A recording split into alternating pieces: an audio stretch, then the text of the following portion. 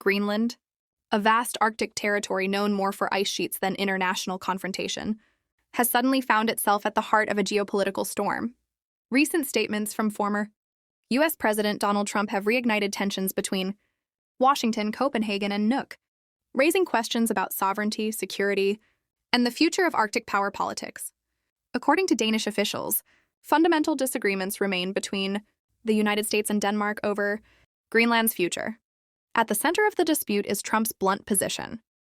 He wants the United States to take control of Greenland one way or another. For Trump, anything short of full American ownership appears unacceptable, a stance that has alarmed both Denmark and Greenland's leadership.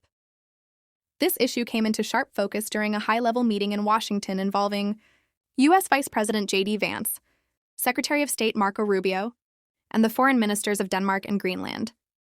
While the meeting was framed publicly as a discussion on Arctic security and cooperation, the underlying disagreement was impossible to ignore. Danish and Greenlandic officials made it clear that while they are open to deeper security cooperation with the United States, ownership of Greenland is not negotiable.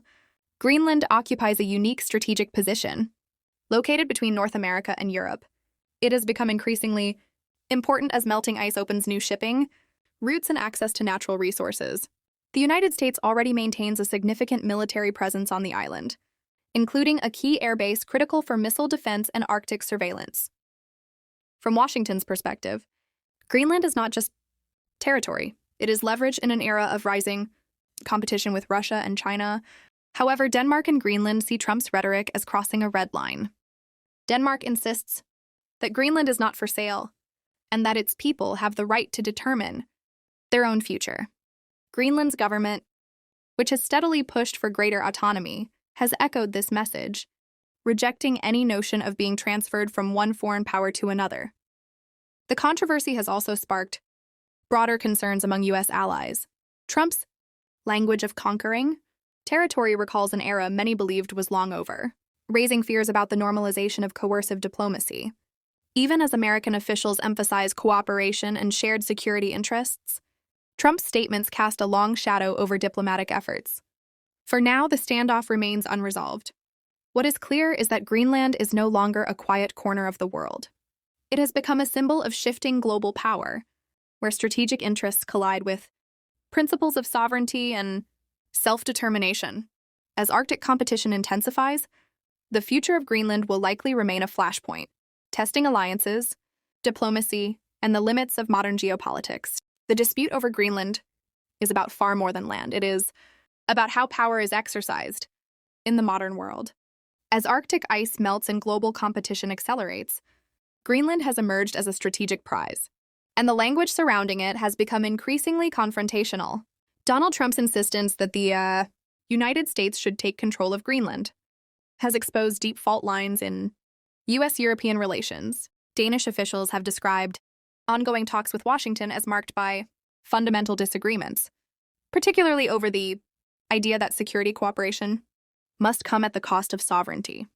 From Denmark's perspective, this is a false choice. During recent meetings with senior U.S. officials, Denmark and Greenland presented a united front. They emphasized their willingness to expand military and intelligence cooperation in the Arctic, acknowledging shared concerns about Russia's growing presence and China's long-term ambitions in the region. But they were equally firm in rejecting any suggestion that Greenland's ownership could change hands. Greenland's leaders face a delicate balancing act. On one hand, the island relies heavily on Denmark for financial support and defense. On the other, it seeks greater international recognition and long-term self-determination. Trump's comments have complicated this trajectory, forcing Greenland to publicly assert its political agency while navigating pressure from a global superpower. For the United States, the issue reflects a broader strategic mindset. Control over Greenland would provide unmatched advantages in Arctic surveillance, missile defense, and access to emerging trade routes. Trump's argument frames the situation in stark terms: national security above diplomacy, strength over compromise. Yet this approach risks significant consequences. European allies worry that such rhetoric undermines the rules-based international order, where borders are not redrawn through pressure or threats. Even if no immediate action follows Trump's words, the precedent they set matters. especially at a time when territorial disputes are already fueling global instability. Public opinion in Greenland has also hardened. Many residents view the idea of American control as dismissive of their identity and aspirations. Rather than drawing Greenland closer to Washington, the controversy may instead strengthen calls for independence and reinforce skepticism toward external powers. As Arctic geopolitics intensify, the Greenland dispute serves as a warning. Strategic competition does not erase the importance of consent, sovereignty, and diplomacy. While cooperation on security remains possible and necessary, the future of Greenland will ultimately be decided not in Washington, but by the people who live there. In a rapidly changing Arctic, the question is no longer whether Greenland matters, but how the world chooses to engage with it, through partnership or through pressure.